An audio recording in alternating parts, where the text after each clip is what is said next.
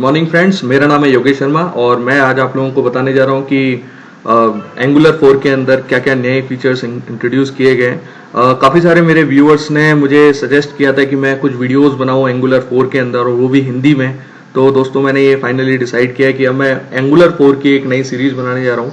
और सबसे बड़ी जो चीज़ है इसके अंदर वो ये है कि एंगुलर 4 को आप किस तरीके से .NET के अंदर या कोई भी सिंपल कोई भी एप्लीकेशन हो जिसमें आप इसे इंक्लूड करना चाहते हैं, किस तरीके से आप वेब एपीआई यूज़ में लेना चाहते हैं, वो जो भी लेटेस्ट कॉन्सेप्ट हैं जो जनरली डेवलपर्स के लिए यूजफुल होते हैं, वो सारे के सारे कॉन्सेप्ट मैं डिस्कस करूंगा।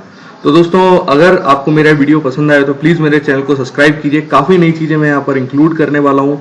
कुछ टाइम में मैं हडूप के ट्यूटोरियल्स भी अपलोड करूंगा। चलिए अपन लीक से नहीं हटते हैं और स्टार्ट करते हैं कि कौन कौन से एंगुलर 4 के अंदर फीचर्स ऐड किए गए हैं।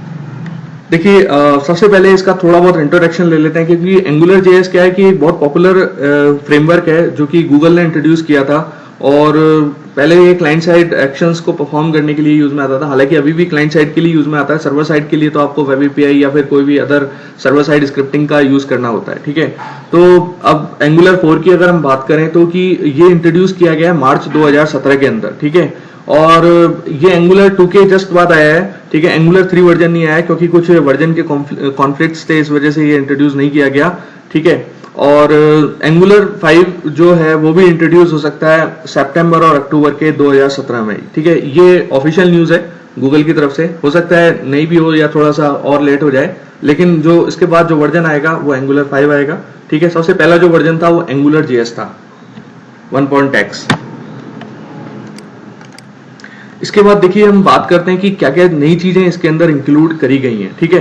तो सबसे इंपॉर्टेंट जो चीज है इसके अंदर वो है reduced compilation process due to improvement of view engine, ठीक है। Compilation done at build time. देखिए, पहले क्या होता था कि कोई भी आप एंगुलर जेएस एप्लीकेशन को इंक्लूड करते थे, ठीक है ना। आपके प्रोजेक्ट के अंदर एंगुलर जेएस यूज में आ रहा है, तो उस कंडीशन में क्या होता था कि क्लाइंट साइड पर एंगुलर जेएस की फाइल आती थी, कोई भी यूजर एक्शन परफॉर्म करता था तो उस एक्शन के बिहाफ पर आपका जो भी कंपाइलेशन प्रोसेस है वो आपके क्लाइंट साइड पर होता था। लेकिन अब ये चीज यहाँ से रिमूव कर दी गई है। जो कंपाइलेशन होता है वो सर्वर एंड पे ही हो जाता है। जब आपकी एप्लीकेशन रन होती है उससे पहले आपका कंपाइलेशन होता है। कंपाइलेशन होने के बाद कंपाइलेशन जो कंपाइल्ड आउटपुट होता है वो यूजर एंड यूजर को मिलता है, जिससे क्या होगा कि जो फाइल का साइज होगा, जैसे एंगुलर जेएस की जो फाइल आपके पास क्लाइंट के पास पहुंचेगी, ठीक है, तो उसका जो साइज होगा वो काफी कम होगा, ठीक है। वो कंपाइल्ड आउटपुट है। फिर यूजर कोई भी एक्शन परफॉर्म करता है तो डायरेक्टली एग्जीक्यूशन होता है, कंपाइलेशन उस कंडीशन में नहीं होता, ठीक है। और जो फाइल साइज होता है एंगुलर के अंदर, एंगुलर 4 के अंदर, वो फाइल साइज भी काफी कम हो गया, क्योंकि एंगुलर 1 के अंदर मैं एक एग्जांपल ले रहा हूं, कम से कम 60% फाइल साइज रिड्यूस हुआ है, क्योंकि सर्वर से क्लाइंट के पास कुछ डेटा आता है, ठीक है।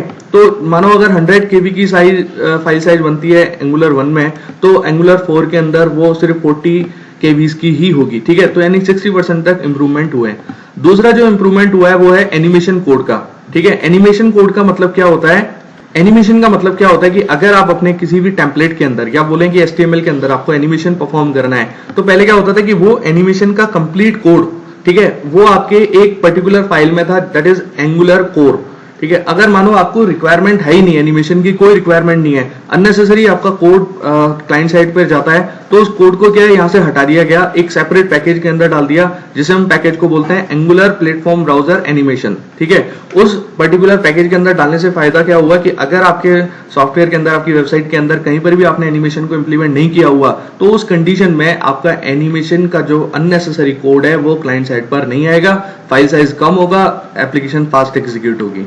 थर्ड जो इसके अंदर मेजर इंप्रूवमेंट है वो है NGF और NG4 का इंप्रूवमेंट किया गया है। NGF के अंदर क्या होता था कि जो एक्शन यूजर परफॉर्म करता था, मानो आपने चेकबॉक्स के अंदर NGF लगा दिया, तो अगर यूजर ने चेक कर दिया चेक को, तो वो वहां ट्रू वैल्यू सेट हो जाती है या फॉल्स वैल्यू सेट हो जाती थी, लेकिन वहां पर कोई भी एल्स का पार्ट नहीं था। लेकिन इस कंडीशन में यानी एंगुलर 4 के अंदर अब NGF को इंप्रूव किया गया है, और NG4 के अंदर भी कुछ सिंटैक्स के चेंजेस किए गए हैं, एज कीवर्ड वगैरह लगाना काफी, वो अपन बाद में डिस्कस करेंगे। आज की डेट में अपन वो चीज डिस्कस करने वाले नहीं है, ठीक है। तो आप यहाँ देख सकते हैं, ये मैंने एक छोटा सा सैंपल कोड लिया हुआ है कि यूजर्स की लेंथ अगर 0 से ज्यादा है, एल्स अगर एल्स जाता है तो एम्प्टी जाएगा, ठीक है। और अगर NG टेम्पलेट एम्प्टी है तो नो स्टूडेंट मैसेज आएगा S2 के अंदर।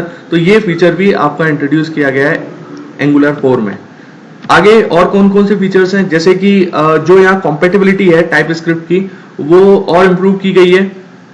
टाइप स्क्रिप्ट के 2.1 और 2.2 के साथ भी कंपैटिबिलिटी यहाँ पर इंप्लीमेंट की गई है, और जो कि ES6 यानी कि लेटेस्ट जो EACMS स्क्रिप्ट के जो रूल्स एंड रेगुलेशंस होते हैं, जो कि लेटेस्ट ब्राउजर सपोर्ट करते हैं, उनको यहाँ ये फॉलो करता है। देखिए टाइप स्क्रिप्ट के बारे में अगर आपको नहीं पता तो मैं आपको थोड़ा बहुत इसका इंट्रोडक्शन दे देता हूँ। ये एक ओपन सोर्स है जो कि माइक्रोसॉफ्ट ने इंट्रोड्यूस किया था, ठीक है, और ये एक्चुअल में जावास्क्रिप्ट का ही सुपरसेट है, और जिसमें आप जावास्क्रिप्ट का कोड भी इंक्लूड कर सकते हैं, और जावास्क्रिप्ट के कोड को इंप्रूव करने के लिए इसका यूज किया गया था, ठीक है।